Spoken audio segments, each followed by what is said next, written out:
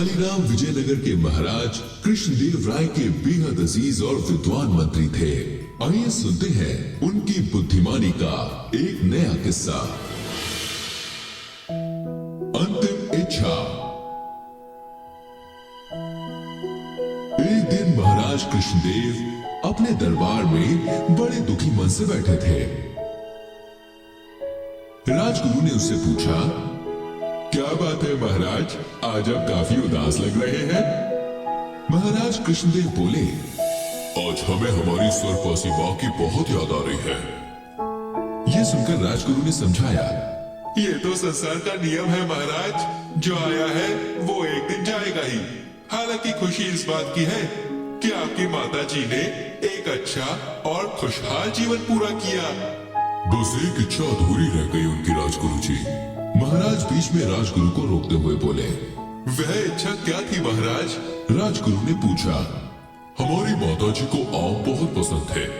अपने अंतिम समय में भी वो आम खाना चाहती थी, पर जब तक हम आम मंगवा पाते तब तक उन्होंने अपने प्राण त्याग दिए।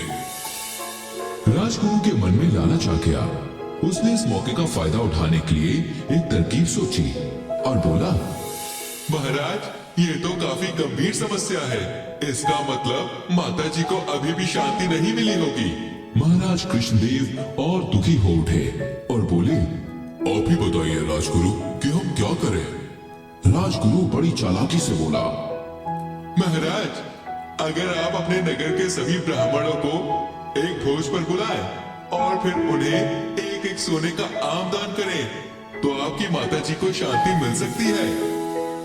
महाराज कृष्णदेव राजगुरु की बातों में फंस गए और उन्होंने ऐसा ही करने का निर्णय ले लिया।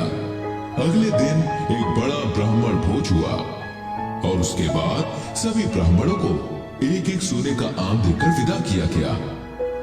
तेनालीराम को जब ये सब पता चला तो उसे बड़ा दुख हुआ। उसने राजगुरु को सबक सिखाने की ठानी।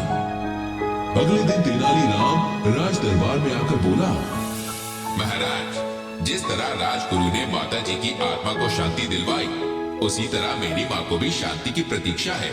अगर आपकी आज्ञा हो तो मैं भी सभी ब्राह्मणों को कल अपने घर भोज पर बुलाना चाहता हूँ।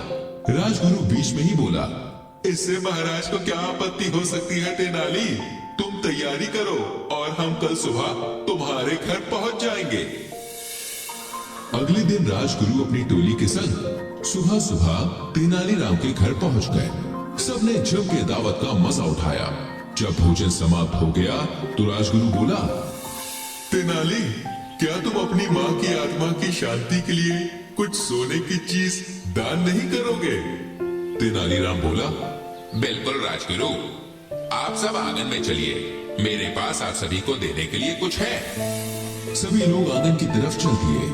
आंगन में पहुंचकर राजगुरु और बाकी ब्राह्मणों के होश उड़ गए।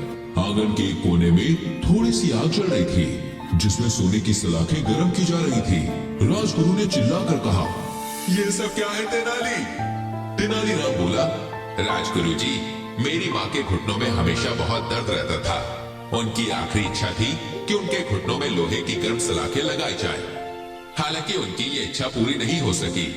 उससे पहले ही उन्होंने अपने प्राण त्याग दिए, इसलिए मैंने ये सोने की सलाखें गर्म करवाई हैं। जब मैं इन्हें आपके घुटनों में लगाऊंगा तभी मेरी माँ की आत्मा को शांति मिलेगी। राजगुरु आग बबूला होते हुए बोला, अरे तुम पागल हो गए हो क्या तेनाली, भला ऐसा कैसे हो सकता है। तेनाली बोला, क्यों नहीं हो सकता है राजगुरु, जब आपको सोने के आम देकर राजमाता की आत्मा को शांति मिल सकती है तो आपके घुटनों में गर्म लोहे की सलाखें लगाने से मेरी माँ की आत्मा को तो भी शांति मिलनी चाहिए ना। राजगुरु तेनाली की बात को समझ गया। वो अपने किए पर शर्मिंदा था। अगले दिन सारे ब्राह्मण महाराज को सोने के आम वापस दे गए। जब महाराज कृष्णदेव को इस घटना के बारे में पता चला तो वो खूब ठहाके लगा के हंसे।